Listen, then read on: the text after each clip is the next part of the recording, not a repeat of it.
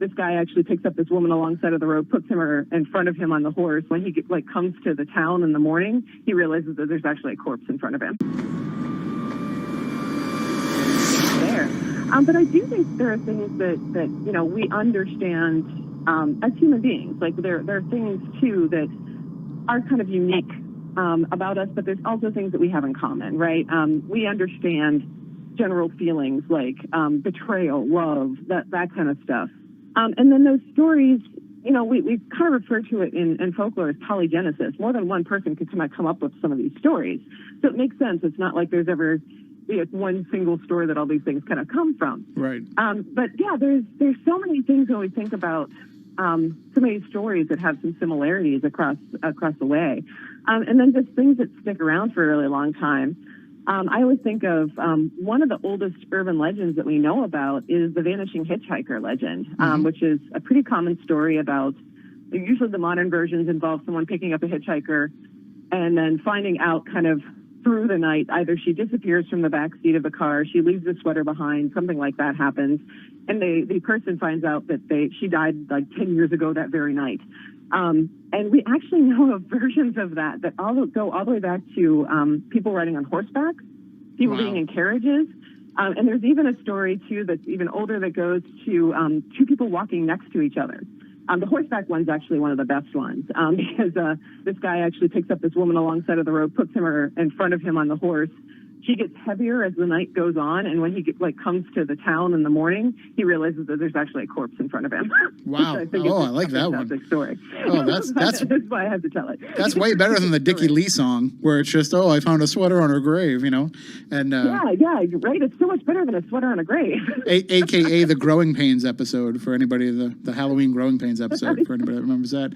But we have our own hitchhiker story here, where we are on the south coast of Massachusetts. We have our red-headed hitchhiker to Route 44, and that same story is told up and down every road. It's not anything that. Although what's interesting is, I look at it the same way you do, where it's a story, and there's really no way to kind of trace it back to any kernel of truth, except for the fact that we do a stage show called An Evening of Ghost Stories and New England Legends, where myself and some of my friends, we tell these ghost stories in front of these giant photos displayed on a big screen behind us, and it's like a ghost tour on stage.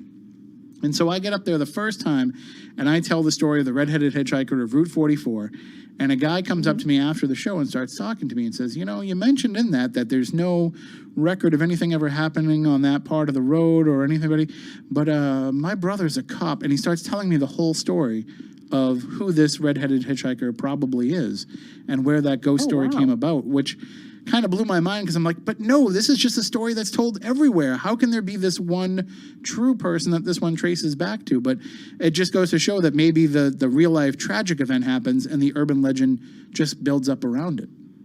Absolutely, yeah. And I mean, that's entirely possible with a lot of these, because some of them are stories where something like that could happen. I mean, that's that believable element of them. There's, they sound like something that could absolutely happen.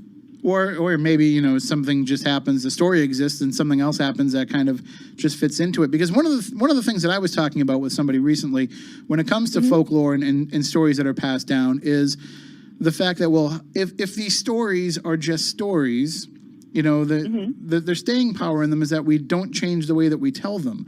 That people are still telling, like you mentioned, Cinderella or Snow White or any of these Grimm's fairy tales, they're still telling them the same way, hundreds of years later, but they're not. We may still tell the original version, but we're also forever, modernizing them, adapting them, coming up with newer, more modern versions of these stories, ethnic versions of these stories. We always morph these stories into something else. Yeah, we change them all the time. And we adapt them, you're right, to different situations, to different, we may, there's a new Cinderella movie, every couple of years, right? Or we see that motif, especially in children's shows and a lot of other places, because, in part, a lot of these stories get used and reused, not only because they speak to us on a lot of different levels, but we also have to remember they're also free. Right, that's the other thing. They're in the public domain, so there's no rights involved with it. Yeah, you don't have to worry about the rights to them. So, but there is something, and I think that's, part of good storytelling is that you do have to really kind of attach to something the audience already knows and then build on that. And that's what these stories do. These are stories that sound familiar to us. We've heard something like them. So when we hear them again, they sound vaguely familiar, but not so familiar that we're bored with them.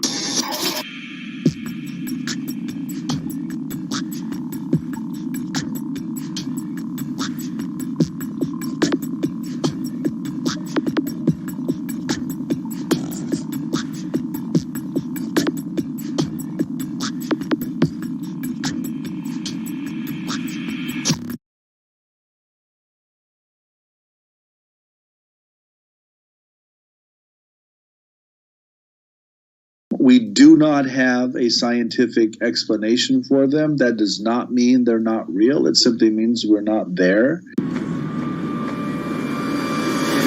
My own view, and I think Whitley's view as well, is that the paranormal is all about the gaps or the fissures in our worldview, in our categories, and it's all about confusing us. And if you think you understand the paranormal, you clearly don't, because it's about us abandoning our understanding or our categories. See, I don't think it's a mistake that in the title of the book that the supernatural is not all one word with a small n. It's two separate words for a reason. Right. That's the key. That's the key point of the whole book.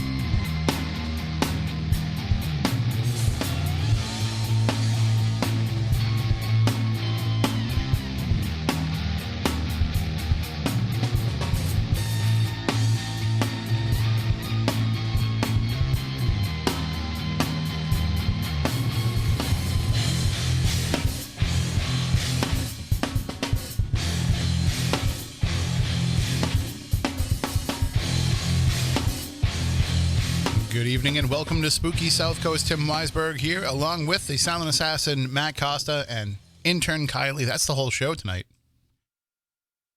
That's the entire staff. Matt Moniz is out on a Bigfoot investigation, and Stephanie Burke is at an event, I think down in Virginia, with Porter and John Tenney. Like how they never invite me to those ones. They know that Tenney's my favorite person in the world, but, you know, they don't invite me to that. That's okay. We are here to talk about the paranormal, as we are each and every Saturday night. And tonight we are going to, we'll check in with Moniz in a little bit from his Bigfoot investigation. And then I want to talk about something that's been in the news quite a bit for the last couple of weeks. And if you haven't been paying attention, if you haven't been watching some of your local news, for sure, I'm sure the local news has been all over it. I don't know how much the network news was. Did I go out over the Red Sox? Yeah. Bob Branco will send me a Facebook message complaining about it. But as the news has been coming out about UFOs, and we've had Navy pilots who have talked about their UFO encounters. We've had government officials who have talked about there being UFO investigations done at both the military and the government levels. So we have these trickles coming out. We have these stories that are coming out. And I can't remember who it was that we spoke to about UFO disclosure. I can't even remember if it was on this show or if it was on Midnight in the Desert. But I remember somebody saying that UFO disclosure won't start with a big reveal. It's not going to be a ship landing on the White House lawn. It's going to be something that happens slowly and something that trickles out so that people become accustomed to it. And when they get little bits and pieces of the story, it becomes more digestible. And I find it interesting that's exactly what's been happening over the last few, I would say the last few years, really. We can kind of trace it back to Paul Hellyer and talking about how the Canadian government, the Department of Defense in Canada, had files on UFOs. We can go back even earlier than that to Nick Pope, talking about the UK's investigations into UFOs. But those were kind of outliers.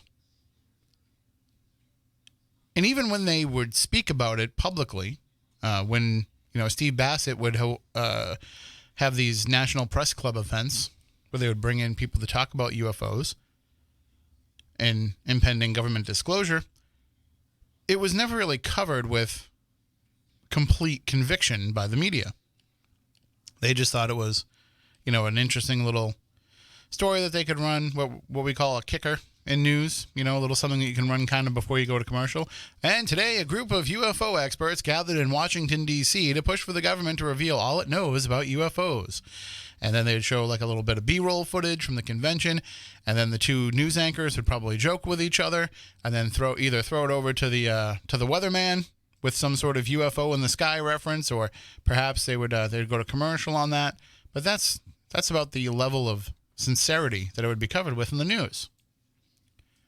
But now we're getting stories in the Washington Post. We're getting stories in the New York Times, which you can say what you want. I mean, if people are going to come at this politically, you can say, well, the New York Times is the paper that the president keeps calling fake news. Washington Post is another paper that the president keeps calling fake news. But putting all that aside, those are two newspapers of record. Those are two newspapers that have a pretty good track record. And you can, again, people are going to say they'll print anything, say, to attack the president because that's where we're at. But just look at how they usually report news. Put the politics and especially the presidential politics aside right now, and just look at what their reputations are as news organizations over the past century plus. That's a pretty significant reputation to put on the line to talk about UFOs if you didn't feel like there was some substance to the story. And they're not being presented in a way where they have the tongue planted in cheek. These are being presented as actual news stories. So it's become a topic where if the news outlets are reporting it, if the talk shows are talking about it, and I don't just mean paranormal talk shows like this one or Midnight in the Desert or Coast to Coast AM or any of the other shows out there, but if you have regular, everyday, run-of-the-mill news talk shows suddenly discussing UFOs, that helps to soften it. That's part of what we're talking about with the cutting it up and making it more easily digestible to people. So the UFO stories have definitely had a change in the way that they've been presented. But now the question is, what is the change in the way that they are read, listened to, watched, and accepted? That's the real question here, because the media will keep reporting on it and keep tracking down those stories as long as there is an appetite for people to consume those stories. So if the readership, if the viewership, if the listenership, if they are looking for more of those type of stories, and they're willing to accept them as fact, there's a lot out there that people can report. There's a lot of stuff that we've been talking about for years, that other radio shows have been talking about for years, that other researchers have been looking into for years, that could all be on the table now as being front page news in the New York Times or the Washington Post or any other newspaper. So we're seeing a shift now in the way that the audience is taking it in, because they're getting it in a way that it's acceptable to them. And this is different than some of the way that other quote-unquote paranormal topics have been brought into the mainstream. Because this, okay, we can say what we want about believing in ghosts, and we can say what we want about how believing in ghosts will affect the population. That if somehow, some way, we prove to everybody that ghosts were real, it would have a philosophical effect on people. It would have probably a theological effect on people. But we wouldn't change the way that we run the country. We wouldn't change the way that we interact with the world, with other people, with other countries. I don't think we would really change fundamentally based on that. We may become more spiritual. We may become less afraid of death, perhaps. Maybe more accepting of mediums. There's all these little paradigm shifts that would happen as a result of that. But I don't think we'd suddenly be, starting branches of the military directed to protect us against the threat from ghosts. Now, Bigfoot, for example, is another thing, or any kind of cryptid, is another thing that we talk about in paranormal circles. That would probably have a little bit more of a real-world effect if suddenly we were to find out that was real.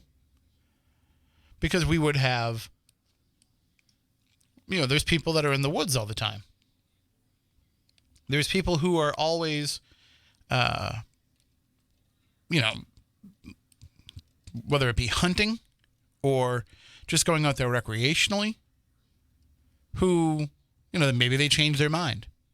Or maybe we suddenly have, and they say, well, I didn't realize that, those creatures were in the woods and now I'm afraid to go in there. Or maybe you have, more people that are out there trying to hunt one and kill one. But it still wouldn't be this huge shift in culture and in society. But UFOs, that could be markedly different, because now you're talking about something that, first of all, we don't know when it's coming. At least based on the information that we think we have. We think that they can come and take us any time they want. So there becomes that fear. Chances are, though, people, if an alien hasn't already come and abducted you from your bed, it's probably not going to happen at this point. You're probably one of the few that they're not interested in. Well, one of the many that they're not interested in. I hope I continue to be in that category. But there is a profound effect that will happen on the world, because now we know that we're not alone. And maybe that makes us a little bit more of a brotherhood with one another. Maybe that helps heal some of the differences. Very Star Trek of me to feel that way, I know, but maybe that's the case. Because if you remember, in Star Trek, when the Vulcans first make contact with, what was his name, Zephyr Cochrane or something like that? The guy that, it was the guy from Babe. I can't think of it. James Cromwell, the character he played in First Contact. So when he tries to build a rocket on his own and wants to launch himself into space, and the Vulcans come down and try to, I don't know, I think they were trying to stop him or help him. I forget exactly what it was. But once they make contact with Earth, everything changes. And in a matter of just a few years, there's no longer any countries. There's no longer any governments. No longer any war. No longer any money. All these things that we are tribal about just fall by the wayside, because we realize that in the end, we're just one aspect of a universe of which there is many more out there. So I think that would be something that would have a sharp change in focus for a lot of us. And I think we would also, the other side of that is, we become very, very skeptical about how much was known about this beforehand and how much of it was kept from us and what the reason was that it was being kept from us. If you go back to, World War II, in that era, I think, maybe even you have to go a little bit further back before that, because we've had these everybody likes to point to the 60s and the 70s. They point to the actions of the government in the 60s and the civil rights movement, and in the anti-war movement, and then in the 70s with more of the anti-war movement, and then of course Watergate and all that. People look at that era, and they say that's when people stopped learning that's when people started to learn not to trust the government. That's when people stopped trusting their elected leaders. But that's not true. There's always been scandal. There's always been power plays. There's always been reasons for people not to trust the government. And it kind of ebbs and flows. And it ebbs and flows really based on the leadership. You can say what you want politically about some of the people that were involved in these scandals. But the bottom line is they eroded the trust in the government. And then maybe the next person came in and helped to build some of that back up. And it's kind of been a cyclical thing for as long as we've had a government. But this would be, for lack of a better term, earth-shattering, because now you're dealing with something that has ramifications, not just for us and for our own national defense, but for everybody that's on this planet. That's a pretty big secret to keep. Now, I think that a lot of this stuff has been overblown over the years.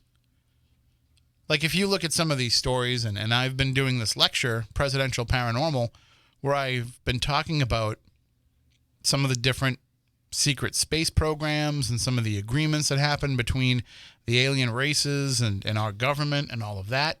So there's always been these stories. And I think we can kind of, at least in what I was researching, you can bring it back to FDR.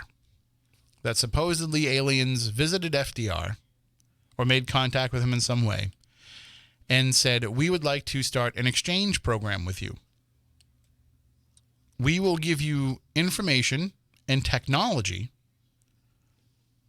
which, by the way, this was coming in the days of World War II when they said this would be advantageous for you to get on board with us because we have the technology that could help you easily end this war and end this massive loss of life.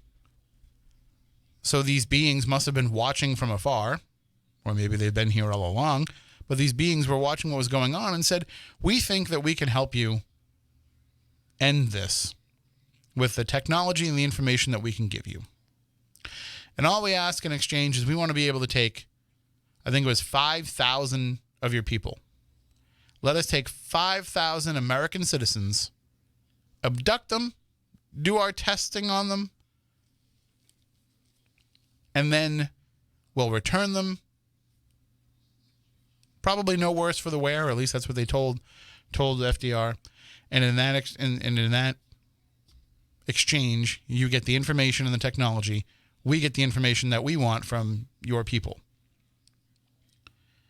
So that's the way that the story was relayed. Now, what's funny about that is, think about it. Do they really need permission from the government to be able to abduct people? What was the government going to do to stop them? First of all, how are they going to know when they would be there, where they would be, and at what time? And even if they were, what could they do to stop them? So even the notion of trying to make this agreement is ridiculous. What's even more ridiculous is the fact that apparently Churchill did agree to these terms. And the aliens kind of reneged on the deal a little bit, and they took 50,000 people instead of 5,000 people. But really, first of all, what technology and information did England get from those aliens? Because I don't remember seeing it. And then also, what would stop them from doing the same thing to America if they had really wanted Americans? So the other side of the story, too, is that the Russians were approached about having one of these exchange programs, and that they did sign on board because, of course, the communist regime at that time didn't really care if they were going to cough up 5,000 or even 50,000 of their people to be able to get the information and the technology that they could. But that's the way that the story goes, is that they got on board with it. Now, we don't think that that helped them any in the Cold War. I think it was more a matter of having good spying on what it was that America was doing that kept them so active in the Cold War. But, that can be up for debate.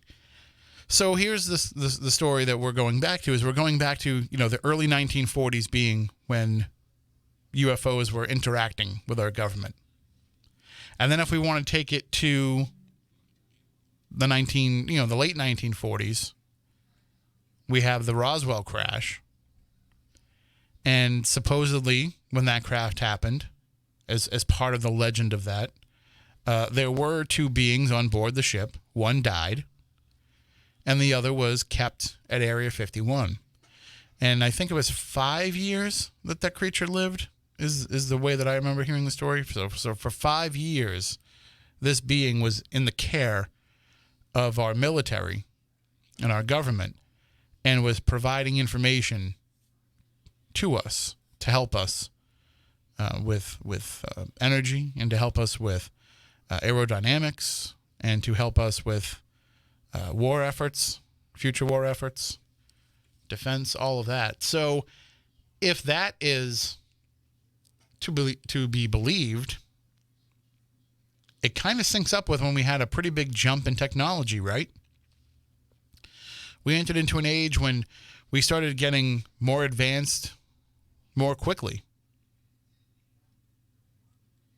I remember hearing, it was just the other day, I was listening to Midnight in the Desert, and it was a replay of an Art Bell show from 2015 where he had Stanton Friedman on, along with another gentleman whose name I can't remember, who was trying to say that the moon landing was, at least what we've seen, is a hoax. I don't think he was arguing that we didn't land on the moon. He was just trying to say that the footage that we saw was faked because NASA wouldn't have dared carry that footage live because they didn't really know what was going to happen when man stepped on the moon. Which is a viable thing to believe. And also saying, too, by the way, that the images just weren't good enough to send back. So they had to hedge their bets and have something going on in a studio produced by Stanley Kubrick so that we could have a clear impression of man landing on the moon. So that's something that we can discuss and debate. We can do it tonight. We can do it some other time. We'll certainly do it this year because it will be the 50th anniversary of the moon landing coming up in July. So we can certainly discuss that going forward. But the bottom line with that is Stanton Friedman was saying that he was making the point that the technology that we've had in that time, in those days, he was working as a nuclear physicist for a number of different,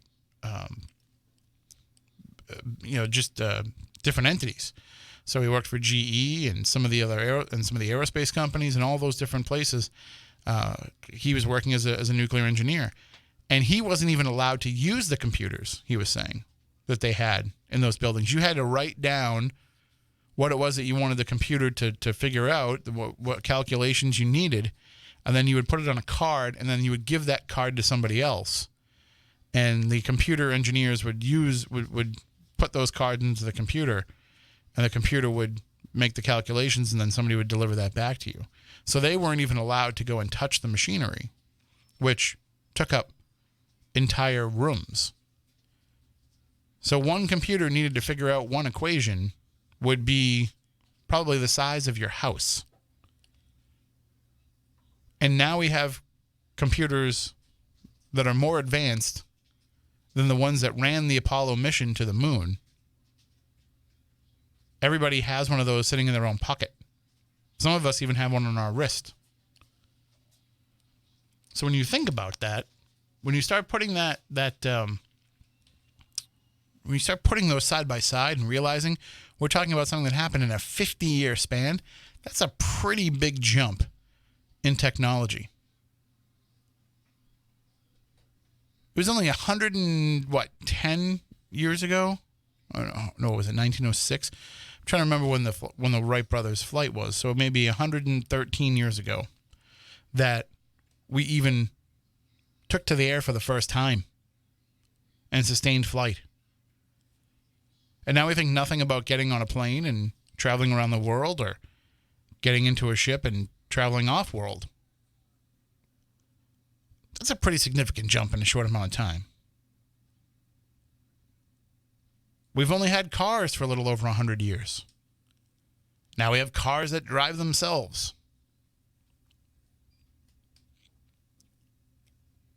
Go back and watch some television shows.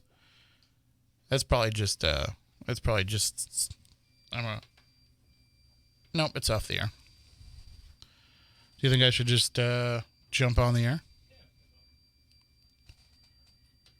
All right, so we are 1903 was the Wright brothers. Thank you, Sudan. I always blank on that. But so we're looking at just the amount of time from 1903 to now. So what, 116 years that we've been able to basically say we can go anywhere. We may not be able to currently sustain flying beyond the moon, traveling beyond the moon. We might need to figure out some logistics in getting to Mars, but they're working on that. But the process is in place for us to be able to go anywhere in the universe. We just have to figure out that whole, time thing. But that's a pretty big jump to make in 116 years. So just go back and watch some of these shows. Like right now, I'm rewatching Deadwood because the movie just came out Friday night, and I wanted to rewatch the series before I watched it. And I wish I hadn't started doing that and just watched the movie, because now I can't watch the movie until I get the whole series done, and I just haven't had the time. So I'm like stuck in the middle of season 2.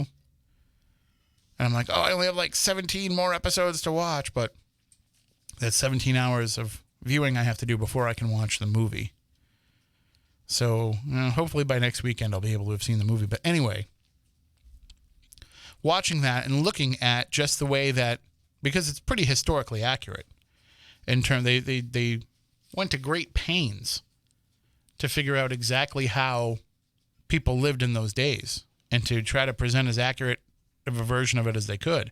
So if you look at that show and you look at the way that some of those people lived, and we're talking about something that was only 140 years ago, a little over that, 1876, 77, 78. So if we're looking at just how much we've changed since then,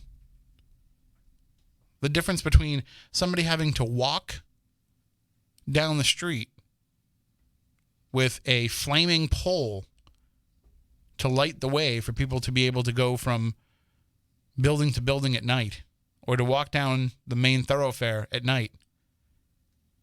In 140 something years, now I'm looking out across through the windows of the studio across the way to the parking lot, and I see 24 parking lot lamps in a parking lot where probably half of those would suffice. But that's where we've gotten to. We've gone from somebody having to carry a flaming pole to light the way to having an overabundance of light in a deserted parking lot where nobody is at this time of night. So that is a pretty big jump. So now we're looking at what we could do in those 50 years, or, sorry, do my math correctly, 70 years since all of this UFO stuff started. And we're looking at even quicker jumps than that. And we didn't really have a track record of making these huge leaps. Now, the argument becomes, well, but maybe that's because one advancement begets another advancement, begets another advancement, begets another advancement. That's completely true. We wouldn't be where we are today if it wasn't for the telecommunications of the 1980s and the early 1990s that pushed forward us to the point now where we can have computers in our pockets. And really, the fact that these things are phones, like being a telephone, is ancillary now, as opposed to being something that would have been, you know, if you talked about this to somebody in the 70s or 80s and you said to them, hey, someday you're going to have the ability to communicate with people anywhere you are at any given time, we would think that that would be earth-shattering unto itself. And as it turns out, it became the most minor part of what that was able to be. So that's pretty phenomenal. The other side of that, however, is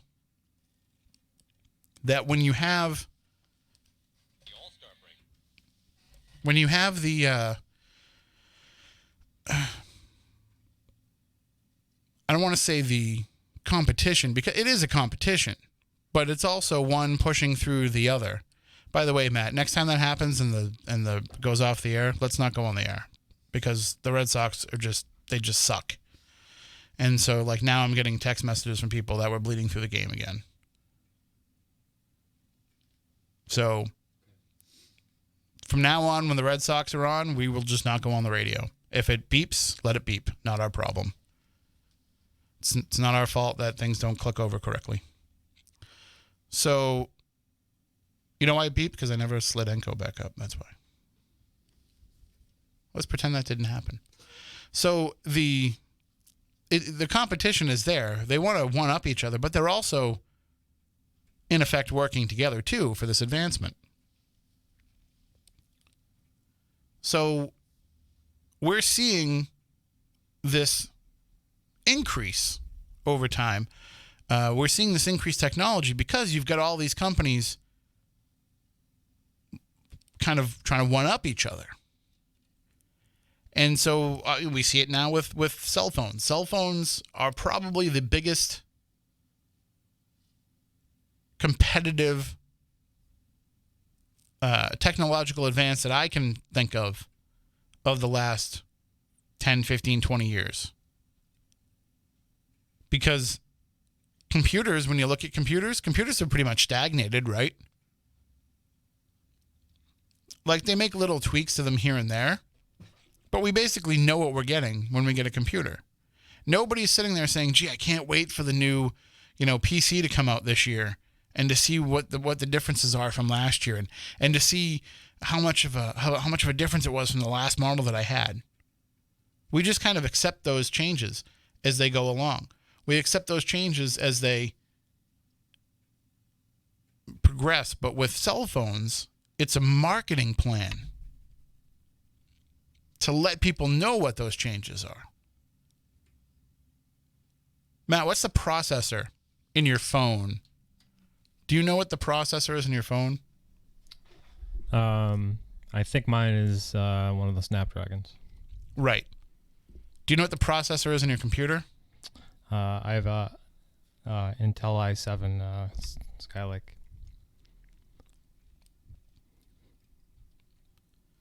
So my point being, would you even know about that if it wasn't part of the marketing for those things? Well, I mean, I guess if you do maybe research, maybe you would, because you're like a little bit more technically savvy. But like, they put it as a sticker on the laptop. Right. They put it as a feature on the box for the phone. Yeah, I mean, it's a marketing thing. Yeah, but Like, with the average, you need the latest. You need that i3 is garbage. You need the i7. most people would go to it and say, "Is it faster than the phone that I have now?" And they say, "Well, yeah, it's going to be faster." Well, then that's good enough for me. But like, now it's become like a competitive thing. And it's competitive not just between the companies, but between us, too. All right, you have to have a better phone than your neighbor. It's a status symbol. What phone do you have? I mean, it used to be TVs. TVs used to be like a That's true status too. thing. Yeah, like, and now people are like, like the $200 jobber at Walmart is good. You know, do people do that? They just buy the $200 TV at Walmart? Yeah. Is the $200 TV at Walmart any good? Well, it goes with the marketing thing, where they just they have a $200 4K TV, but it's not as good as like a $600 or $700 one. But people just see, well, it's 4K, so. Well, the 8K TVs are out now. Right. So the 4K TVs are going to drop in price anyway. Mm-hmm. Have you seen an 8K TV in person? No, I haven't. Do you think it's going to be that much of a difference? Should I start saving now? I don't see that much of a difference in 4K. Like I do, but it's to me it's not necessarily worth it. I did, and now I don't. And that's what bothers me the most about it. Oh yeah. Like that the first initial wow. Yep, and it didn't take long for me to just be like, well, that's what TV looks like now. Mm-hmm. And just became accepting of it.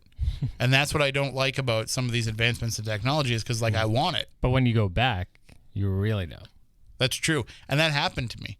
I had a really good television, and it died. Remember the one that I had that I was like, oh, we're going to pull it apart and replace all the LEDs inside of it. And because I thought that would be cheaper. But I went from having that to having to go to the TV that I had before that, and I was ready to just, like, read a book instead. Like, this is ridiculous. Right. Might as well just use my imagination instead. Like when they give you that cable box and they have all the HD channels and they have the SD channels, the SD channels should not even be there. Just pretend like they're not even there. And I do. I don't even. Who goes to those? You know what the worst part is sometimes when you like set the DVR, like sometimes it gets screwy and it goes to the then it's ruined. SD channel. It's ruined. I'm like, well, I'm not watching that now. Right. Like it could be the final episode of Breaking Bad, but it's an SD. Pff, sorry, I'm gonna wait till the HD version's uploaded to on demand. Like I cannot watch it in SD. What am I, a peasant? I know. Peasant watching the standard definition TV. I know. I can't watch 60 inches of standard definition. Scoff. Just scoff. I went to that electronics show a couple weeks ago with Taylor, and they had an old 1948 television that was hooked up to a VCR, and the person was running like an old TV shows? An old Western movie through the TV. And I was watching that, and I was like, oh, it's really cool that it works.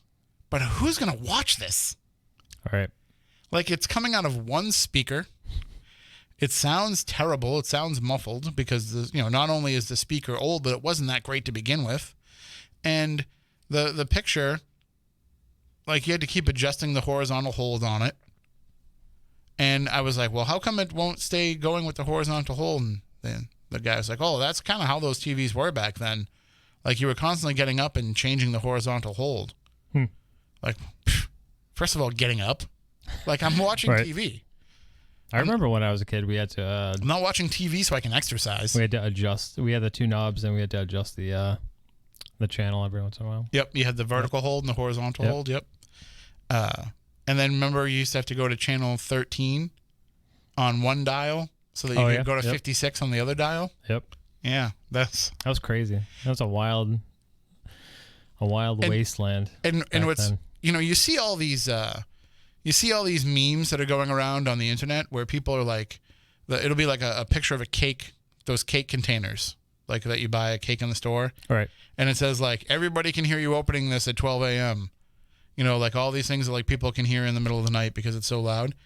I don't think there was any sound louder than trying to switch the TV channels on a TV in the middle of the night. Right. Like you could, so you're trying to sneak watch television after you're supposed to be in bed. Mm-hmm. On the little, I had a black and white for my first TV, and I'm not even that old. Like, my first TV was black and white because, like, my parents were like, why does he need a color TV? It's $25 more. Like, he'll be fine with black and white. He doesn't even have a TV in his room right now. He'll love this. And so I had a black and white first, and I would keep it really quiet so that nobody knew that I was watching TV. Like, I knew just how to have the volume so that I'm almost like pretty much watching their mouths move. Right. And so nobody knew I was watching TV, and I had the brightness control so I could make it really dim so nobody knew the TV was on. Perfect. Can get away with watching TV until 2 a.m. if I want, except for if I had to change that channel. Yep. Chunk, Yep. chunk, chunk. Like, every time you did it, you knew it just was reverberating throughout the entire house.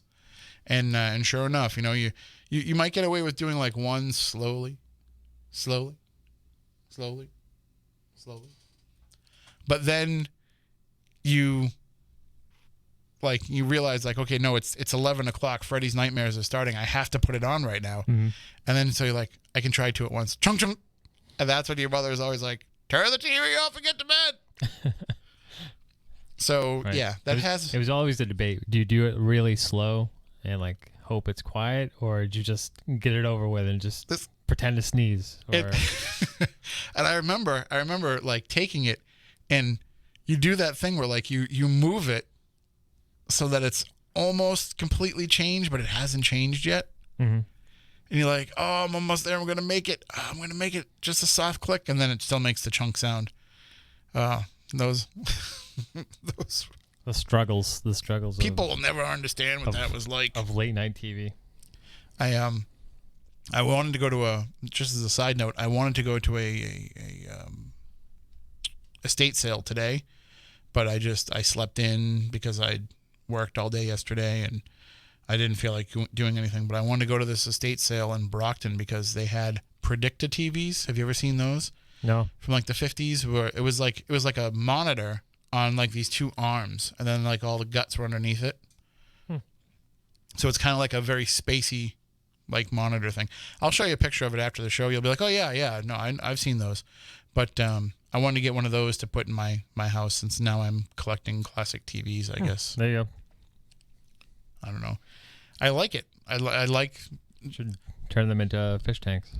This is kind of getting off the subject a little bit, but there was a time when the electronics in your house was furniture. Right. And like it mattered to the decor of your room. So you went out and you bought something that looked like it was going to belong in your living room, or you built your living room based around what it was that you have. And people don't do that anymore. Mm-hmm. Like now they hang the TV on the wall. Right. And in comparison, I guess TVs were like a significant purchase. It was like buying a car. Yes. And I have an advertisement at home of RCA Victor televisions where they're pushing people to get a second radio in the 1940s. And this was considered like a luxury purchase to have a second radio. So they were advertising, these affordable second radios that you could put elsewhere in your house. Like that's amazing to me, because now you can go get a radio at the dollar store. You can build one. You can build a radio out of like tin cans and nails and wire. And there was at that electronic show, there was a little kit to make a radio out of an apple. That's cool. So yeah, it just uses the apples to make the radio, I guess. I don't know. Remember that time that we told your cousin to change a light bulb by using a broken light bulb by using a potato, and he got zapped? Yep. That was fun. So it's all I could think of when I saw the Apple radio. I'm like, it's kind of funny that you used to make a radio out of an apple, and now nobody listens to the radio anymore because of Apple. Everything's full circle. Radio is still huge. I'm just kidding. Everybody listens to radio. But they do. Even if you're listening in your car, even if you're on a smart dash, you're probably listening to a radio station. But anyway, that's an aside about the advancement of technology. But I'm talking about something that happened when I was 10. So I'm 41 now, so 31 years ago. In that amount of time, we're talking about, going from a TV that went ka-chunk, ka-chunk, ka-chunk to now most TVs don't even have buttons on them anymore. Right. I don't even think my television has buttons to operate the channels or anything. It's weird that it doesn't. But and I don't think I've ever had to use any buttons on it. I mean, do you think that some of these like encounters from like the 1940s and 50s and things like that, or we're just kind of like government test. Like some of Well, because they say like our technology that we have now is already 25 years old. The government is just like every other country. Our government is working on stuff that we won't see for 25 years. Right. So right now we have drones. 25, 30 years ago, maybe those sightings of UFOs were like tests of.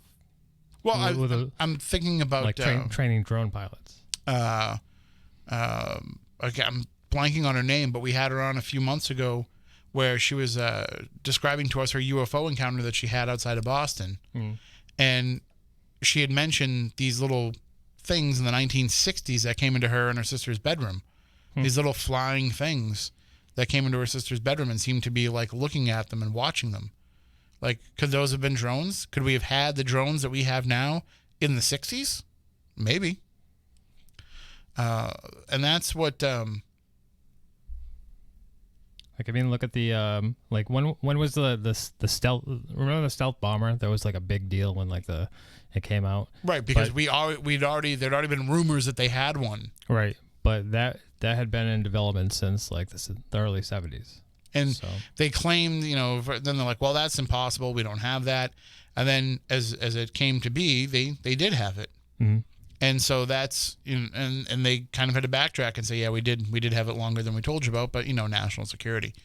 So, yeah, no, I think that a lot of these encounters that we've had or that have been reported have been just what you're saying, tests, especially in the 40s when people are seeing all these flying saucers and all these different shapes. Mm-hmm. Especially when you look at like the black triangular ones. Oh, I saw this black triangular ship. Well, you're pretty much describing the stealth bomber. Right. And so when people are having these experiences then, yeah, some of those might have actually been these things out on test flights or, prototypes that were in development. But the different stories that we've had where it's been close encounters, where it's been abductions, where it's been all... See, here's the thing. And I if Moniz was here, we would fight back and forth about it. I don't know if there's enough people that are claiming to be abducted by aliens that I can feel comfortable saying one way or another that it's all in their heads or this is really happening. Because, like, what percentage of people do you need to have being abducted before you say to yourself, well, maybe this is a real phenomena? Mm-hmm. Like, what's the palatable number of people to say, okay, well, that must make it legitimate? Right, and I mean, there could be, who knows how many people, like, if it does happen, how many people are getting abducted where they don't even know it. Right. Yeah, we're just talking about people that have been able to figure out the scenario or have a recollection of it. So or even just maybe there's people that aren't even talking about it. Yeah. So, like, I don't know. I guess hypothetically speaking, if they were aliens were doing like scientific testing and doing these abductions to do like series of tests over our lifespan or their subject's lifespan. How many billion people are there in the world? What else do you need to know? Like what like you said, what percentage of that billion or billions do you need for your research? That's true too. Yeah. At one point, do you not just reach the? I mean, maybe we're thinking of it in terms of like the way humans do their research, or maybe it is humans from the future. Future humans. But who knows? There's so many fringe ideas. But that's the thing. But and so you mentioned that. You mentioned the fact that these are all fringe ideas. Mm-hmm. So then why are there so many people though that are claiming that they have this? I mean, I think if you can get a room together of 200, 300 people that say that they've all been abducted by aliens, that's pretty significant. But I also could dismiss that and say that's 300 people that could be out of their minds, or it could be, having screen memories of something else. Like I could, I'm not saying that they are. I'm just saying that I could make that argument. I could see that as being a possibility. So at what point does it hit that number where you say, like the old album, 50,000 Elvis fans can't be wrong. Right. So, 50,000 abductees can't be making it up. So I don't know if there's like that magic number, that magic percentage where you say, this has got to be something that's legitimate. I think that if one person comes to you and says, I've been abducted by aliens, that's at least enough to entertain the notion, the possibility that it's real. Right. But it doesn't prove it. Right. So I don't know if we'll ever get to a point where we're going to accept that based on the information that we're getting. I don't know even what could happen other than knowing everything there is to know about aliens and abductions before people could believe that. So it's not, see, that's the thing too. The other thing that people say is, well, it's just people looking for attention. But are they? Because is that the kind of attention that you want? Right. I mean, yeah, I mean, you don't really get that. You get, I guess, made fun of, I guess, for the most part. It's not like being a cool ghost hunter, Right. It's not like you don't come across as badass because you've been abducted by aliens. But and I mean, I don't want to say anything bad about UFO abductees, but they I mean, people, the general public does kind of look at them as kind of like kooky or right. And let's face it, a lot of them are. Especially the ones we know. But that's the thing is that, who is there going to be a personality type to these abductees? Because, despite what the X-Files may have showed us, there does seem to be a bit of a personality type involved in who's abducted. Now, you might say that personality is shaped by the fact that they are abducted. Right. You know? But, like, it's and they'll tell you, Moniz will sit here and tell you that people from all walks of life have been abducted. But people from all walks of life aren't necessarily the ones that are out there talking about it. So that could be why my viewpoint on it is skewed too. For all we know, maybe they're just choosing people of a certain criteria. Mm-hmm. Very possible. But in the end, that's, like I said, there's only going to be so many lines in the sand you can draw to say that that's how far I'm willing to go. Like, at some point you have to say, well, if there's that many people, then there must be something to it. And like I said, it only takes one person claiming it for it to be a possibility. Mm-hmm. Now, again, that's not to say that I don't believe the people who have told us that they're abductees, but I'm also willing to entertain some of the alternate theories of what it is that might be making them think that they're abductees. And I will want to talk about those with them so people can't be upset. If you're coming on this show, for example, and you're saying, I've been abducted by aliens, and if I want to say to them, well, what other things have you gone through in your life? Has there been any other type of trauma? Is there something else that this could be, a mask for? Mm-hmm. If those questions have to be entertained to be able to get to the bottom of it, do you think somebody's going to put themselves into that situation just for attention? Like, yes, I'm going to go and I'm going to go on this radio show and talk about being an alien abductee. And then when they ask me if I've been, sexually abused as a child, because that is something that is coming up a lot with abductee cases, they're going to start asking me about that.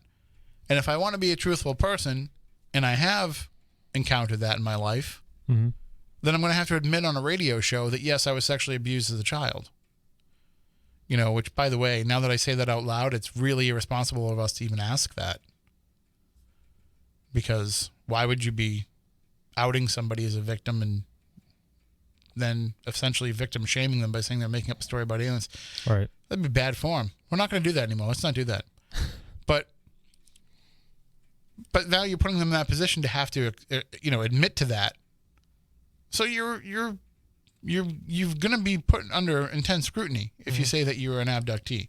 So I can't imagine it's something that most of the people that do it just do it for attention. I can think of a number of people who would say anything to get attention. In fact, most people would be willing to go a little crazy just to get some attention. Mm-hmm. Like being a winner or something. Like for the lottery or the Publishers Clearinghouse or something. Yeah. I haven't switched over to the radio yet, so we can say it. Like some people are just outright nuts and claim that they've won billions of dollars from Publishers Clearinghouse. That's true. Just so they can keep calling into talk radio shows and talk about it again and again. By the way, do you think that if he really does win like $2,000 billion, I don't even know, I'm making out numbers now. Right. $11 billion. $11. If he really does win that much money, do you think like he'll get to know about UFOs? Like that's going to be the next phone call we get from him. He's like, oh, they're going to give me $11 billion and 14 cars, including a 1985 Toyota Celica hatchback, because he always has these obscure, weird cars. Who would win one of those? And then in addition to that, and also they're going to give me every single document they have on UFOs going back to the 1940s. Right. Like it's just a little something to sweeten the pot for making him wait for so long. So we can certainly understand that some people do want to have attention, and they'll go as far. I mean, look at Kylie. Jeez, the stuff she just makes up in there, like all the stuff she keeps saying, and we're like, Kylie, stop talking. First of all, the show is not about you. I just want to make sure she was paying attention. So, we can take your phone calls too, by the way. 508-996-0500, 877-996-1420. But that's the question that I want to ask to people. So if UFOs are real, and if they come out and tell you that they are real, well, what does that mean? How will that change your life to know that we're being visited by beings from another planet? Will that change your life? Many of you that listen to this show probably would say, well, I already assume that that's the case, so it doesn't have any effect on me. But will there be any kind of paradigm shift for you when it happens? I think there will be for the world. That goes without saying. But it doesn't mean that it has to change everybody on a hugely individual level. I don't even think, everybody knows that I'm pretty much predominantly a ghost guy, but total outright belief from every person in ghosts would not change my life any. Like, might make some of the conversations I have with people a little bit more interesting. I might finally get, I'll really enjoy people telling me, hey, you were right, because everybody likes to be told that they were right.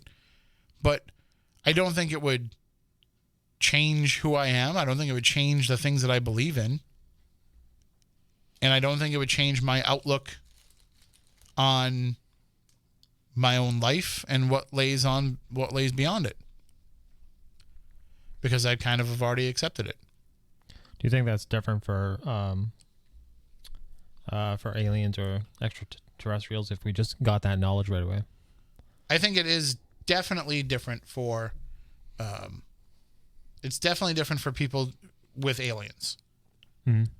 I think UFOs would actually be a little bit more digestible for people if you just said that there's something in the sky when people thought there was something in the sky that we can't explain. Mm-hmm.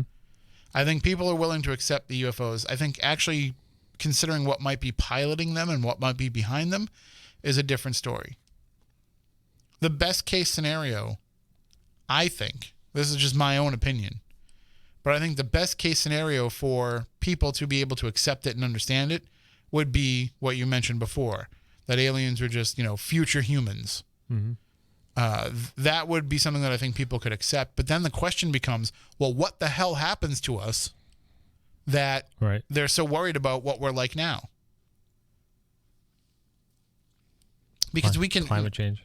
Well, and we can look at, and I talked to a guest on Midnight in the Desert not that long ago, where we talked about the physiological differences between these beings that people are seeing, mm-hmm. and humans of today, and how much of what they are viewed as is just a natural progression of mankind. That, you know, a million years in the future, we could very much look like that. I mean, and it's not that uncommon. I mean, if we keep being glued to our phones and never leaving the house, like your arm's going to get skinny, you're going to be pale. Yep. Your eyes are going to grow really big. Your pupils will grow really big. We already have far less hair than we had when we first started out.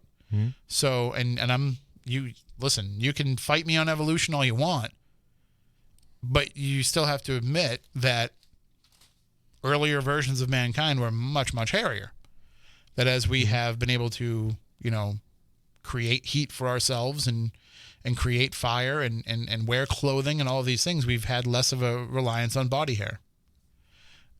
And there's even bits of forced evolution that we can actually say, you know, like they've done this with dogs, where they've bobbed tails off of dogs to the point where then the breed of dog just doesn't have a tail anymore. Mm-hmm. Like that's something that we did without altering genetics at all. Right. I mean, they do that with our food. Like when you talk about GMOs, like it's the biggest part of GMO is like cross-pollinating and creating a stronger future plant. Mm-hmm. Like the you know, there's this whole movement toward trying to purify things to what they used to be, especially with food. You know, like I just look at like heirloom tomatoes. Mm-hmm. You know, taste really different. Oh yeah. Than regular tomatoes, and people are like, well, that's the way it's supposed to be. Like we need to get back to what it is that we're supposed to be eating and supposed to be consuming, but not everything works that way. Like we wouldn't be able to handle that.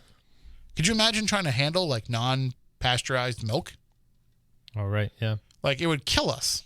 Like we just don't have the ability to be able to deal with that. But you know, our ancestors got by with it.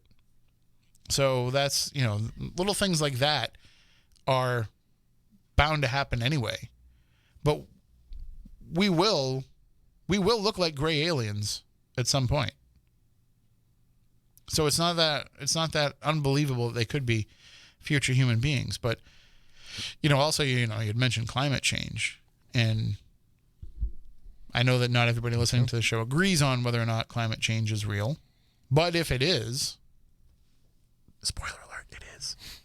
But if it is, then what happens is we would have less hair as the temperature increases. And we would probably, I think, we'd go outside less as a result of that too, because we'd still want to stay inside and stay out of the heat. We'd become like mole people. It's probably not a bad idea. I'm not really, there's not a huge draw for me to go outside. Right. Like, I kind of like just staying in my house. I might also be in a bit of a funk right now, but I also like just staying in my house and watching television and, you know, yeah, I'll go outside and, like, mow the lawn and, like, do the things that I have to do, but I don't know. I just don't enjoy spending time out there right now. So, that could just be me. I like getting outside sometimes, but it has to be like outside to do something. I'm not a let's sit in the yard for hours type guy. I'm not like, I'm going to read this book. I think I'd rather read it out in the yard than read it on the couch. Like, no, the couch is fine. Yeah. But then again, like then I go out and I do something and I'm like, oh, this is great. I need to do more stuff outside. So it's not like I'm against it. Mm-hmm. It's just, it's not my natural inclination. But I think that we will see, you know, as we develop as a species, we will see more characteristics of like what we're seeing with these grays. So if that's what it is, if it is future human beings, that might be a little bit more palatable for people than to think that it's beings from another planet. Mm-hmm. It's still weird and it still takes some getting used to. But being something from somewhere else that has the ability to get here is going to be far more concerning. But I also look at it too, it's a huge cheat code for figuring out the universe too. if somebody can just come down and give you all the answers, that's got a lot of value in it too. Mm-hmm. So if they can come down here and say, like, hey, I'm somebody that is from this planet, 5 light years away. I don't even know like space geography to get this correctly. But if they're like, we're from 5 light years away, well, how did you get here? Because we can't even make the jump 1 light year. Mm-hmm. So if you can explain that to us, well, that's going to open up a whole bunch more of ability for us to travel and learn. And I have to say, it's not impossible, right? Because if we've been able to leave the planet, mm-hmm. then it's not impossible to be able to go anywhere. It's just figuring out these little problems that have to be figured out along the way. So if they're coming down and giving you these answers, well, we just became a more advanced civilization just by knowing them. So I think that will have a pretty good effect. Mm-hmm. But is that I guess that raises the question: is that necessarily good? Because aren't we? Do you think we would be like? Does it make us a little bit dumber getting all the answers? Like, aren't we supposed to earn those answers? You know what I mean? Like, are we ready for this? Are we ready for all this new technology? To me, I'm a big believer in the answer, and the destination isn't always the important part. It's the journey that you took to find that answer or to find that destination, because that's where the lessons are learned. That's where the character is built. Mm-hmm. So I think that that's part of, you need that process, but also there's some stagnation, or maybe not stagnation necessarily, but maybe not. People don't feel like that is a huge thing to put resources into right now. Like, people look at it and they say, well, why, if we've got all these problems on this planet, why are we so worried about spending money trying to figure out how to get to other planets? And we all know the real reason behind that is because let's just trash one and move on to another. Right. Because that's way easier than fixing the problems. Right. You just need a reset. Yeah. It's what we do, If we show up at a beach and somebody left a big mess where we wanted to have a picnic, we don't go clean that mess up before we have our picnic. We just move down the beach and have our picnic somewhere else. Right. And probably leave our own mess behind. It's just our nature. But anyway, so let's just say that they do decide to put more emphasis into doing this and to getting out there. Do you not think like we're gonna go out and try to colonize other planets? Like, if all of a sudden it becomes somewhat, for lack of a better term, easy to go to Mars, mm-hmm. and Mars becomes a jumping point to going to Saturn, and Saturn becomes a jumping point to going to another galaxy altogether, like, we're just going to start moving off our planet and setting up colonies on these other ones. Right. And, I look back at history just in this country and look at Manifest Destiny and think some of that was kind of BS. Mm-hmm. Manifest Destiny is I understand needing to go see what's on the other side, but it doesn't mean that we own everything that we see along the way. Right. I think it's going to, if we do stumble upon like a civilization that's not as civilized, what, like, hypothetically speaking, what if we stumble upon a civilization that's not advanced? Right. But advanced enough where they want to kill us all. And we could take advantage pretty easily. We could, really, all these lessons that we supposedly had learned mm-hmm. from the way that we treated the Native Americans, let's be out the window. Right. They'd be out the window. And the argument would be, what would the argument be? If we went to another planet and decided to take the indigenous population and crap all over them and take land from them and enslave them or whatever else that we did, but what would be the rationale that we would use to do that? They're not people. Yeah. They're not people. It's not like they're people. And it's the same thing it's the same argument that they used against other everywhere we've ever conquered. Right. And well, you know, the Aborigines, they're not people. Mm-hmm. You know, the people of Africa, well, they're not people.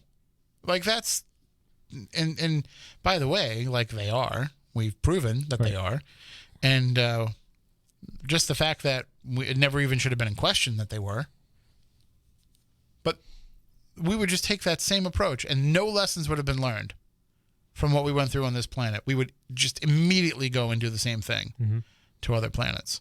And there would be it would cause a civil war on Earth the way that we would try to treat other species of other planets.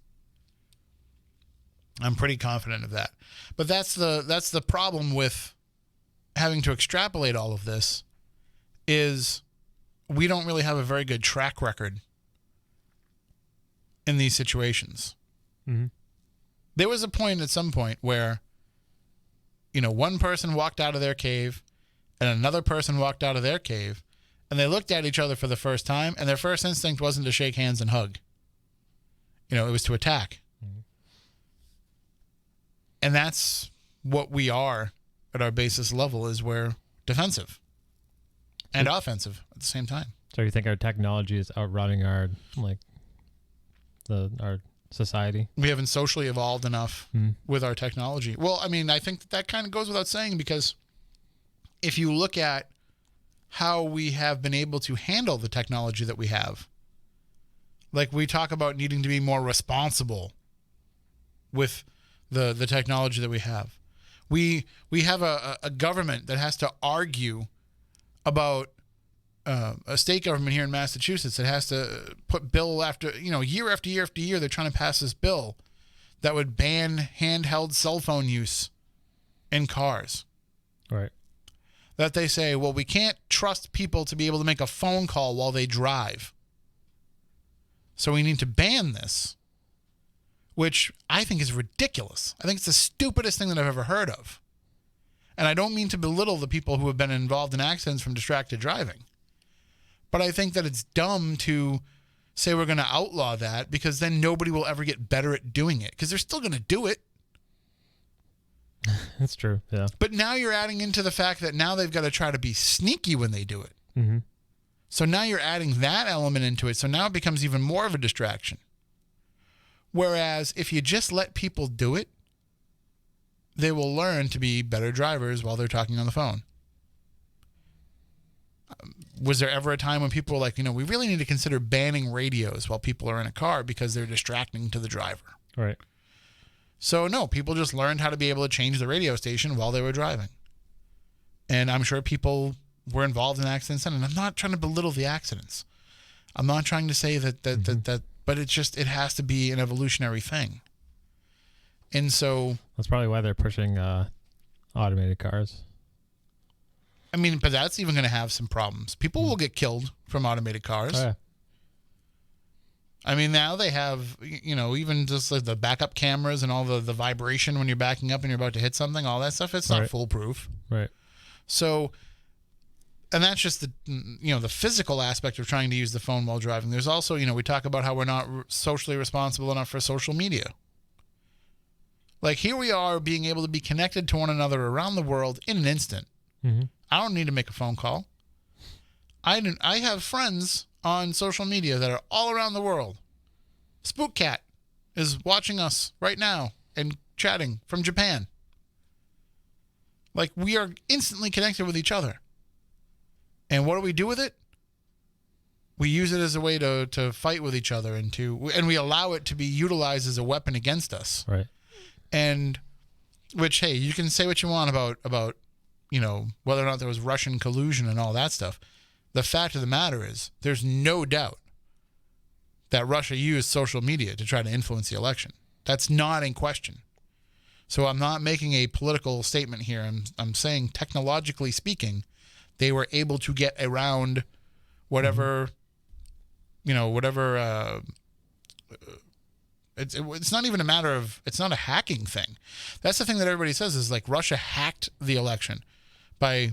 No, they signed up for Facebook like everybody else. Right. They just exploited the system. Yeah. And when it said, "Where are you from?" they were like, USA. Not Russia. But that's the thing is, that's a responsibility, and you can blame Facebook for it. You can blame Facebook for selling off third-party data and all this other stuff that's happened. But those are lessons that had to be learned as we went through this. And it shows that maybe we're not quite responsible enough to have what it is that we have. Now, I'm not saying that we shouldn't. Mm-hmm. I'm not saying that we should get rid of it in any way. But I'm just saying it shows that there's cautionary things where we're not always as prepared for things as we think that we are. Well, it goes back to like what you were saying with the cell phones while driving. We need to learn how to pilot. We need to learn how to, get along. But also, if you look at it, it's definitely whether you have the mindset of being fearful of what can happen or trying to control what it is that can happen. So are you afraid of the potential, or are you trying to mold the potential to go the way that you want it? And I think that fundamentally humans operate in fear. So we fear what, the things that are new? Well, we look at it and we say, well, there's a lot of people that are dying because of these distracted driving accidents. So we have to get rid of distracted driving, as opposed to saying like, well, maybe we just accept the inevitable. And when we're putting kids through driver's ed, part of their training is they talk on the phone while they're driving. Right. They learn how to take a phone call while they're driving, because then they'll be able to and here's the thing too. We're in this in-between stage where people are still trying to master that. The younger people who are coming up and always having a cell phone in their hand, because even now, like if you look at the people who are teenagers starting to drive now, they probably didn't have cell phones till maybe they were 10 or 12. Yeah. So they've only got 5 or 6 years experiences with a cell phone. Eventually we'll get to the point where a kid can have a cell phone like when they're 1 year, a year old. Right. Like eventually we'll just do that, because we will. We used to say we can't let kids watch TV till they're 5 because it'll ruin their eyesight. No, we don't do that anymore. Right. So eventually kids will grow up having that phone in their hand all the time, and it will become second nature for them to be able to communicate through that. So when they get behind the wheel at 16 and a half, in this state at least, it's not going to be that difficult for them to be able to master that. So, but we operate from the fear of what will happen. And the fear of all that, instead of being like, okay, well, how can we find a way to curb that in a smarter fashion?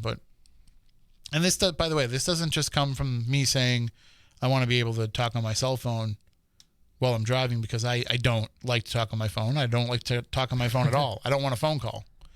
I prefer people message me and text me and email me, which automatically makes me breaking the law anyway, because we're not allowed to check text. But then the whole thing is stupid anyway, because I have GPS on my phone. So I need to have the GPS running. Right. Now, when I do it, I plug it into my sound system in my car, so I don't have to look at it. She's telling me where to go. But like doing Uber, anybody that drives Uber or Lyft, you have to be looking at your phone constantly while you're driving. Right. So now you're saying that you can't do that? So I think we're going in a lot of different directions tonight, but that's fine. If anybody wants to jump in on any of this, 508-996-0500, 877-996-1420. And I'm looking at Matt, so I'm kind of avoiding the chat room a little bit, and that's not on purpose. I just don't want to. So here's a point that Age of Quarrel makes here. Or kids just need to grow up and stay off their cell phones when they're driving. Well, but that's not going to happen. Their goddamn cell phones. It's not going to It's not going to happen. Like, yes, you want that to be the case, and that is the easy answer. But it's not going to happen. So you need to face the reality of that and try to find ways around that. And that's, I mean, that's what this bill here in Massachusetts is trying to do. It's not saying you can't talk on the phone. It's just saying that you have to use a hands-free device. And they're actually working on plans where they might be able to provide hands-free devices to like low-income families that can't afford it, which is kind of stupid when you're talking about it because it's a low-income family, but they've got the $1,000 iPhone they need the hands-free device for, that they can buy the phone, but they can't buy the $20 hands-free device. Mm-hmm. I understand that. I'm not even getting into all that. I'm just saying that. I mean, they could force phone manufacturers to give you one, too. Right, so that it becomes part of the package when you buy the phone. Right, you get like a little Bluetooth thing with it. And also, they could. I mean, this is all easily regulated too, if they wanted to. Like, they could make it so that a phone doesn't work at all in a car if they wanted to. Yeah. They could make it be a, you know, what's the term that they do when they block out all signals from being able to come in? Or like a cell phone jammer. Yeah, like they could basically just make every car do that. That the minute you the minute you put it into drive, that kicks in. Mm-hmm. You know, oh, it's not fair to the passenger. Hey, we have to make sure the driver's not doing it, so the passenger has to suffer because we operate in fear. Right.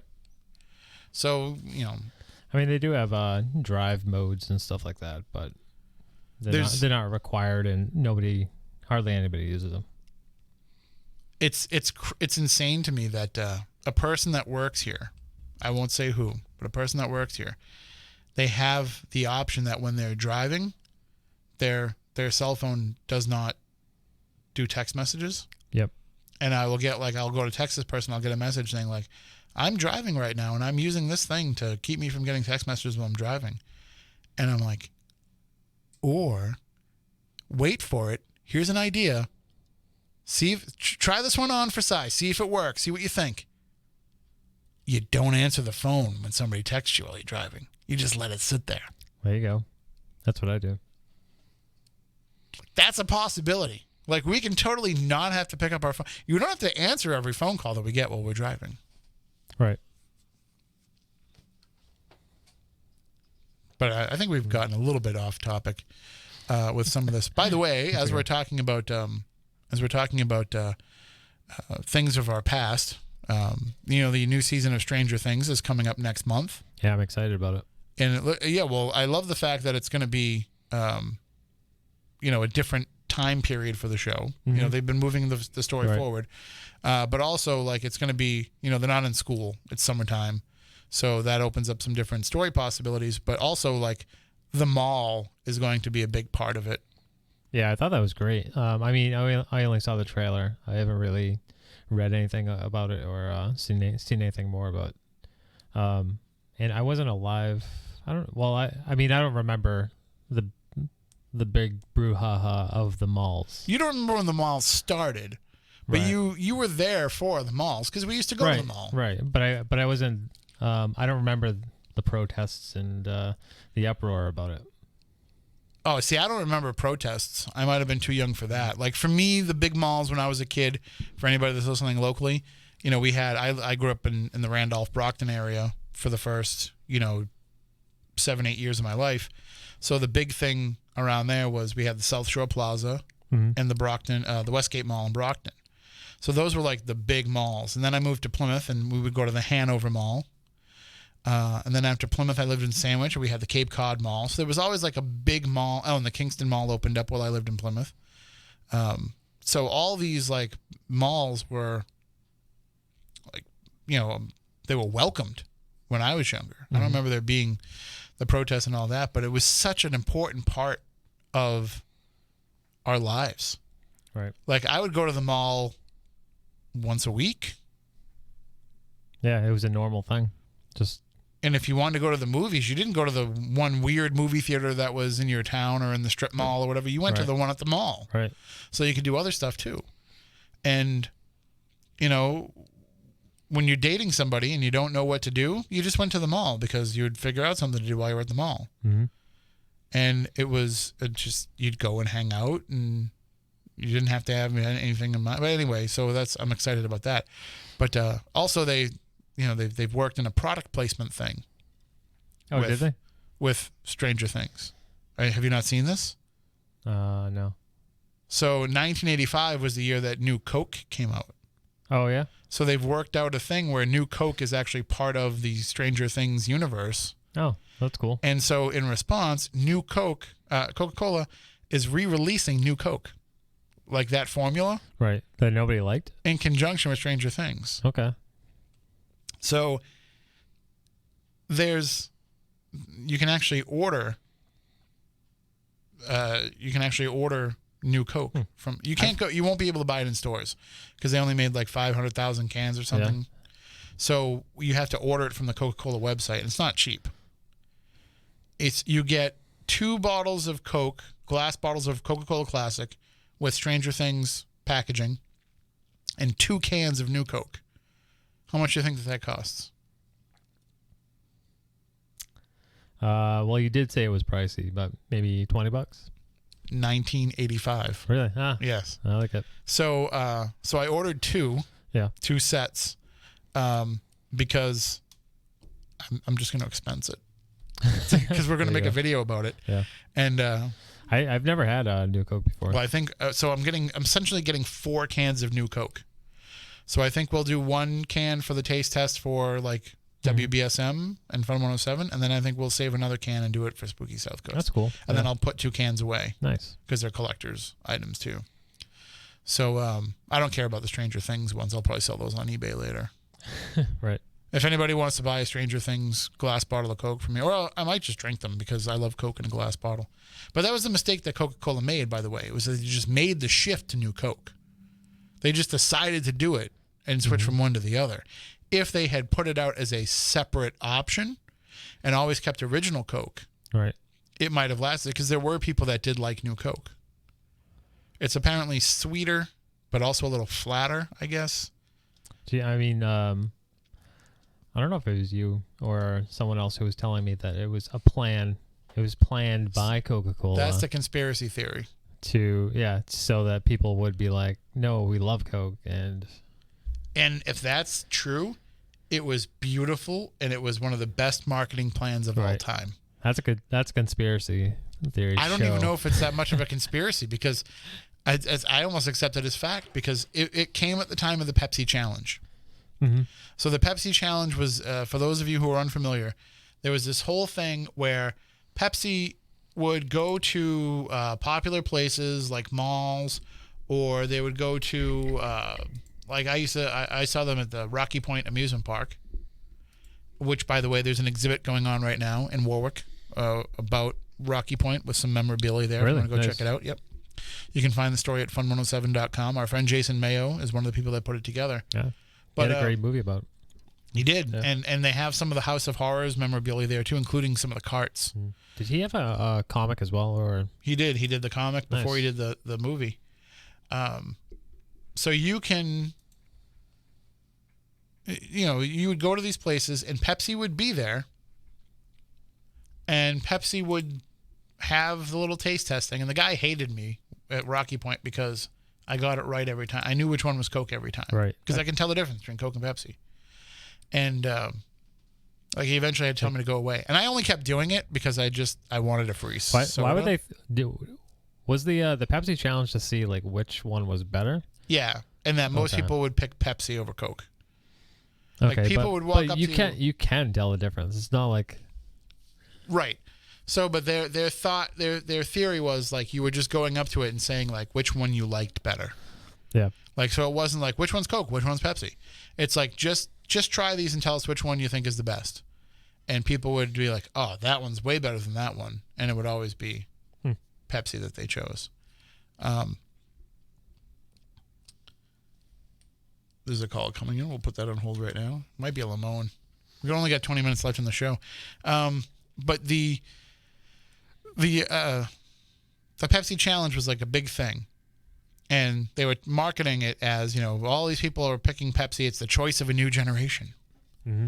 And so Coke was like, well, maybe we got to mix it up. And they created what they felt was a flavor that was closer to Pepsi. Because if you ask most lifelong Coke drinkers, what's the difference? Pepsi tastes kind of flat to me.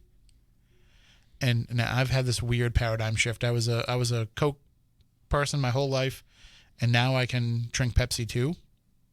Like I just switch off between the two. Like I'm like, I'm gonna get a Pepsi this time because it's on sale. I'm gonna get a Coke. But what ended up happening was, like you said, there was such a blowback from New Coke that they pulled it after only a few months, I guess, and went back to, and they re-released Coke under the name Coca-Cola Classic. So, which I think it was only a few years ago that they got rid of the Classic part of the name. Yeah, like they were still marketing as such. But that was the idea behind it. Is like, okay, you wanted it, you're getting the Classic Coca-Cola. So it was brilliant marketing. But I didn't. I remember drinking New Coke at the time and not hating it. Somebody said that it tasted like RC Cola. Is that accurate? That's a pretty fair comparison. Yeah, because it's weird because I haven't had New Coke, but I have had RC Cola and Diet Right and Tab. So I don't know. What's and Mr. Pibb. What's your favorite soda? If you had to pick a soda, Dr. Thunder. Not the real Dr. Pepper. Right. Has to be the Walmart knockoff. Is that really your favorite though? Like Dr. Pepper? Yeah, I like Dr. Pepper. It'll probably be my go-to. Yeah. Yeah, it depends on what I'm eating too. I'm the same way. Sometimes I want a root beer. Sometimes I want a Dr. Pepper. If you're having hot dogs, like Coney Island hot dogs, you gotta get a root beer. Root beer. Root beer all day. Absolutely root beer. And I actually got into it with BMO the other day on social media. BMO, who he still works at Fun 107, but because he was talking about there was some sort of like new Barks thing. Okay. And I wrote back, too bad it's such a terrible root beer. He was like, no, Barks is good root beer. I'm like, no, it's bad. It is. You don't know. It's not even. Do they even call it root beer? No, I don't know. They just call it's Barks has bite. Yeah, I think they just call it Barks. I don't think they refer to it as root beer. They did at the beginning, but I don't think they do anymore. But it's not root beer. Like root beer is root beer. Like right. There's an underbite to it. There's an earthiness to it. And I feel like a good root beer has like a little bit of creaminess to it. Yes. I still say the best. I don't know where that comes from though, because it's soda. So the best root beer I've ever had is Virgil's. Yep. And I won't say Virgil's is the best cream soda I've had, but it's the best root beer I've ever had. But it's up there for cream sodas. Let's take some phone calls as we're getting really off topic. Let me make sure I take that out and put this through and turn that on and take the call. Good evening. You're on Spooky South Coast. Are you with us? Is that you, Lamone?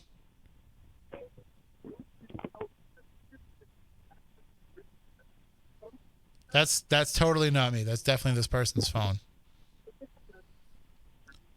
All right, so everything's fine over here. I could hear it. It's just somebody's phone isn't a good connection, or maybe they weren't there and they didn't realize they were on yet. 508-996-0500, 877-996-1420 if you want to call in. I'm going to take a really quick 30-second break, and we'll be right back with more Spooky South Coast in just a moment. Are you intrigued by Paranormal Talk Radio? You'll love the new Paranormal Radio app from TalkStream Live. You'll find a great selection of talk shows covering UFOs, ghosts, strange phenomena, and much more. Download the Paranormal Radio app now and start listening to the very best in paranormal talk entertainment. The Paranormal Radio app, free in Google Play and the iOS App Store. All right. Well, we do have some calls coming in now, so let's see if we can take them and see if that wasn't just a phone anomaly. Good evening. You're next on Spooky South Coast. Hello, are you there? I can hear you trying, but I can't hear you. You're going to either get a better connection or a better phone. Hello? Oh, there. I knew it was you, Lamone, because whenever we have phone problems, I can tell that it's you. Are you there? Oh, you know what? He can't hear me. That's probably the issue. Can you hear me now, Lamone?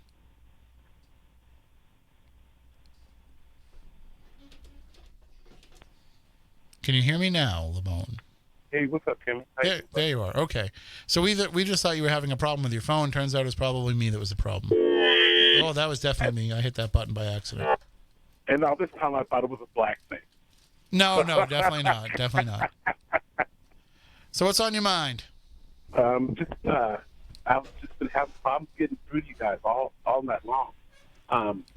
You seen Godzilla yet? I have not. No, how was it? It was very good. I've heard good things. And so it lets you feel like waiting for King Kong versus Godzilla next year. And I don't know if you're gonna have it yet. It's this movie, Son of Kong. Are they in the same movie universe with these reboots? Yeah, that's their children. You know, Godzilla, Son of Minya.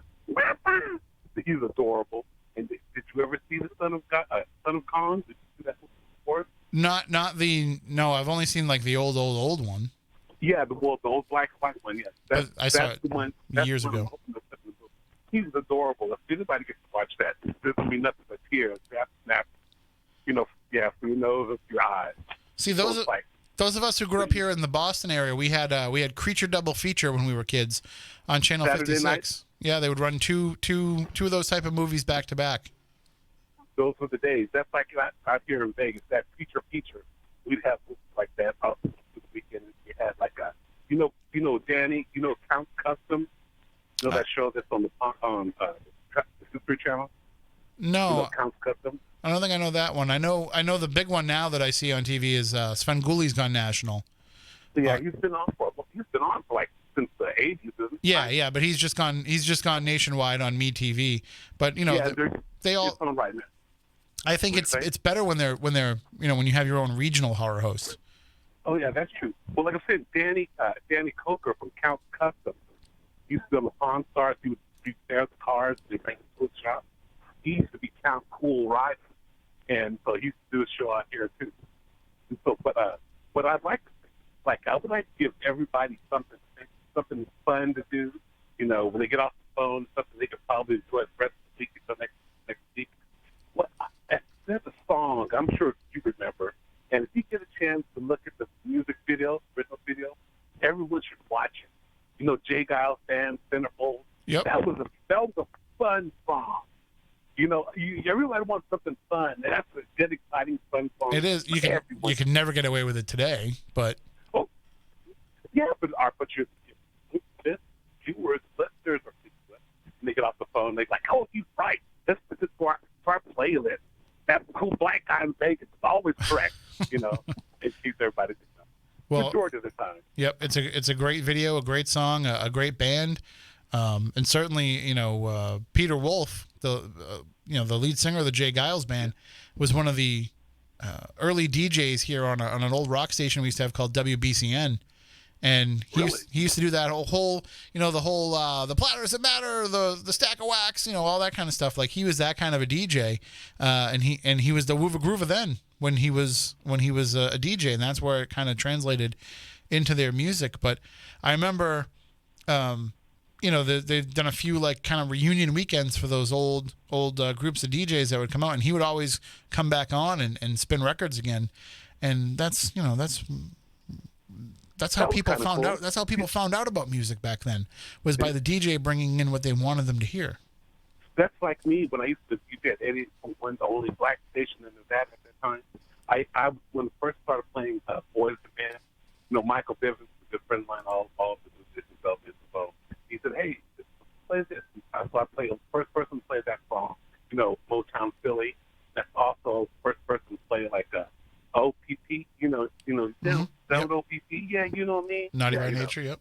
Yeah, that was off the hook. Those fun videos. Look at that. I'll tell you a quick story, Lamone, and then we got to move on to the next caller. But I covered the Celtics for a long time, and I was at the playoffs covering a Celtics game, and this is when Michael Bivens was writing a column for NBA.com, and Really? we're probably talking like maybe 2008, 2009, and he is sitting there on his phone in the dining room where we had dinner before the game. He's sitting there on a BlackBerry, writing his column, his 2,000-word column for NBA.com on a BlackBerry. I was very impressed by that. Those were the days. My fingers were too big. No, I can't. I can barely send a text message to anybody on a phone today, let alone on a BlackBerry. Especially when you had to. Those were the ones where you had to you had to press the button like 3 times to get the letter that you wanted. So actually, even some. I had the only BlackBerry where you had to do that. I had the BlackBerry Pearl, which nobody else had. But most of the BlackBerries had a full keyboard. I was just too cheap. Did you notice that not too many? There was a lot of African Americans that didn't have BlackBerry. What's up with that? You figure we got to represent, right? Well, there was the T-Mobile Sidekick at the time, which was like the competitor to the BlackBerry. So that's just like the car Sidekick. The not quite Jeep, not quite USUV. The Suzuki Sidekick. Exactly. Yeah. Hey, that might be my new colleague when you come to Vegas. All right. Yeah. I look forward to that. We'll tool around in a classic '88 Sidekick. Okay. One more thing I gotta say. I would like to say this Thursday coming up, where it's going to be the Dark Phoenix. Yep. So anybody, if I'm expecting it. It took them 2 years to get it done. So I'm expecting it to be good. I'm really upset because most people are just upset because Hugh Jackman being Wolverine, who's going to take his place. But I think more people should be upset about Patrick Stewart. If you look at Patrick Stewart, he looks just like Professor X. Oh yeah, he used to talk about in the '80s. He used to talk about how people would tell him that he looked just like this comic book character, and he had no idea what they were talking about. But I think McAvoy's done a pretty good job of being Professor X too. That's just because he's young. So I could see that a little bit, but like I said, if you see how this story is starting, the Dark Phoenix, it's like 35, it's like 40 years, no, it's like 38 years prior to the Old Man Logan song. Right. That's like the Avengers Endgame. That was like 40 years prior to the song. And so, I think it's sad they didn't put him in there in the Endgame. He's one of the 2 people that they didn't have that actually wielded the Infinity Gauntlet. Adam Warlock, and then you notice on Thanos' eyes, up above his right eye, down to those 3 claws. From Wolverine, he's the one with the scars on. Like I said, and I'm going to dress like Wolverine. That's like I always do. You got to put some pictures up on Facebook with that. Well, I'll do that. I got pictures with George Norrie where I was dressed as Wolverine. And post those up too. Actually, you have to accept my friend request. I still don't think you've accepted my friend request. Okay, well, I haven't got my Facebook page. Got a new phone, and okay. I know that's something I was planning on doing like Monday or Tuesday. So I'm gonna get to you play. Sounds good to me. Person, you might like. That's another cool dude by that name. All right. I'm going to let you go so we can move on to this next caller, and we only got a few minutes left. Did you ready to do the Weekend Weird? No, we don't have one this week. Matt Bleistein's actually on vacation this week. Oh, so conveniently, huh? When you guys were gone. Hey. Okay, Matt, I'm not hating up on him. No, when I was gone, he made Weekend Weirds, and we still put him out. So I know. So he's dedicated. I'm giving him love. And so I guess your other Matt that's there right there. He's more talkative today. Last week he was like a shadow, like a ninja. Like I said, I was just wanting to give him love too. So he's always willing to talk. I just don't always let him.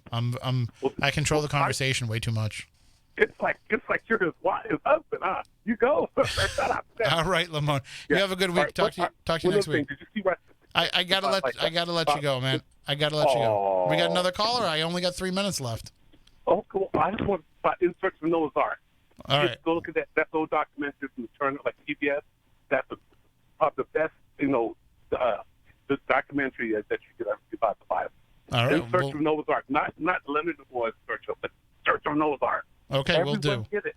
Play on, Playboy. God bless you. You as well. Right back at you. Take it light. Take it easy. All right, let's go to this next call in the amount of time that we have left. Good evening. You're on Spooky South Coast. Hey, Tim. It's Mark Colacusis. Hey, Mark. How's it going? Good. In the 80s, when I was in high school, I worked in a liquor store, and we bought such volume. We had the original Coke, and then they came out with new Coke, and then they came out with Coke Classic. And we tried the difference between all three, And the Coke Classic that we have now, that's supposed to be the original Coke, tastes different than the original Coke. Well, I've heard that. Part of the problem, too, though, is that Coke has now they use the high fructose corn syrup instead of the natural sugar. Yep. And I don't think, I might be wrong on this, but I don't think Coke has gone to a cane sugar version again, like Pepsi has. Pepsi's gone, and they put out Pepsi, and they put out Mountain Dew, and I think a couple of other products with actual cane sugar. I thought Coke had a special cane sugar, but it was short-lived. I don't know if they did. I don't remember getting it. But the Coke that's out now isn't the original. I want the Dr. And the new Pepper vanilla with cane orange sugar. Coke is pretty good. Yeah, I like that. But the diet one is better than, or the sugar-free, whatever they do to it, is better than the regular one, which is weird. Have you ever had pure cane sugar Dr. Pepper?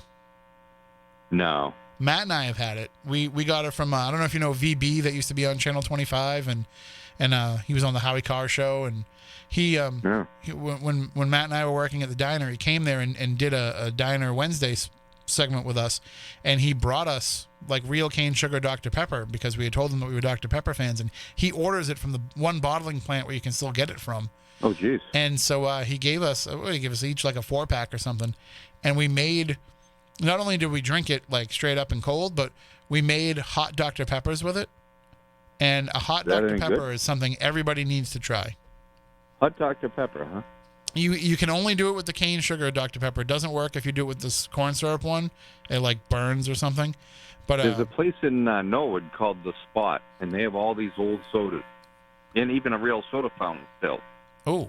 So I wonder if they have it. Yeah, maybe. I mean, like I said, you have to order it from this one plant. Yeah, but you heat it up on the stove, and then you serve it in a mug with a thin slice of lemon. And they say that it cures everything that ails you. That's where the Dr. Pepper, what was it, 6, 10, and 4 or whatever it was. Like that's where it comes from. Is that they thought drinking this would improve your health. I never got into Dr. Pepper. I tried Mr. Pibb recently. I like that way better, but it's very rare to find out here. Yeah, it's coming out more and more. Mr. Pibb is like a more carbonated Dr. Pepper, right? Isn't that kind of the difference? But it's more out in like California. You seldom see it over here. Yeah, Chuck E. Cheese here in Dartmouth carries it. Yeah, I can't just walk into Chuck E. Cheese. That'd be a little odd. No, it's. I think they're understanding enough of it. When they check you at the door now, and they're like, "Do you have any kids?" And you're like, "No, I don't have any kids." They're like, "I'm just here for the Mr. Pibb." They're like, "Okay, that's fine." Oh, that's right. I know the Round One arcade in the Taunton Mall has it. Oh, see, there you go. You can be any age and go there. Yeah, exactly. So, all right, you have a good night. You as well. Take care. Thank you. Thanks. And Matt, it looks like the picture dropped off. Am I too ugly for the camera? Or did you click something? Okay. We just saw people saying that, and I was like, 10, 2, and 4. Ed said, thank you, Ed. You think I'd remember that because I have like Dr. Tim. I have Dr. Pepper like signage and stuff, like those old like tin signs.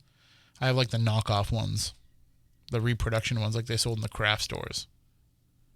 But so that'll do it for this week's show. Next week, I promise you that we'll be a little bit more on topic. We'll be less floaty. I considered taking tonight off just because I had such a rough day yesterday.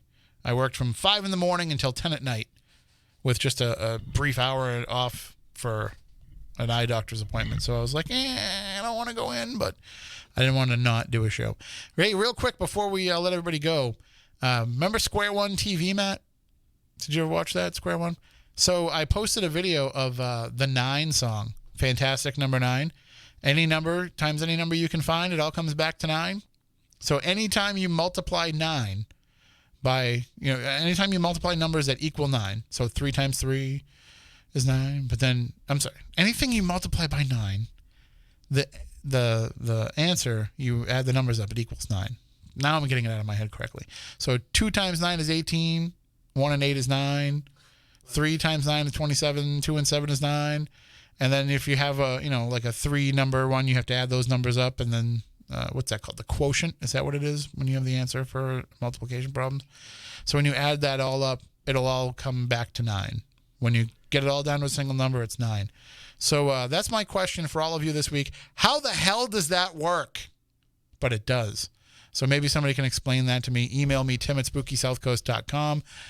You can also tweet me at Tim Weisberg. And you can get all of us, Spooky Crew, at SpookySouthCoast.com anytime during the week. Catch all of our podcasts on iTunes. Catch all of our videos on YouTube. And we're pretty much all over the internet. Follow us on Instagram. You can find me on Snapchat, all of that stuff, because we like being sociable with you. We'll come back next week for another edition of Spooky South Coast. Until then, for Matt, for Stephanie, for Kylie, I'm Tim, and we want you all out there to stay spooktacular and keep looking to the skies.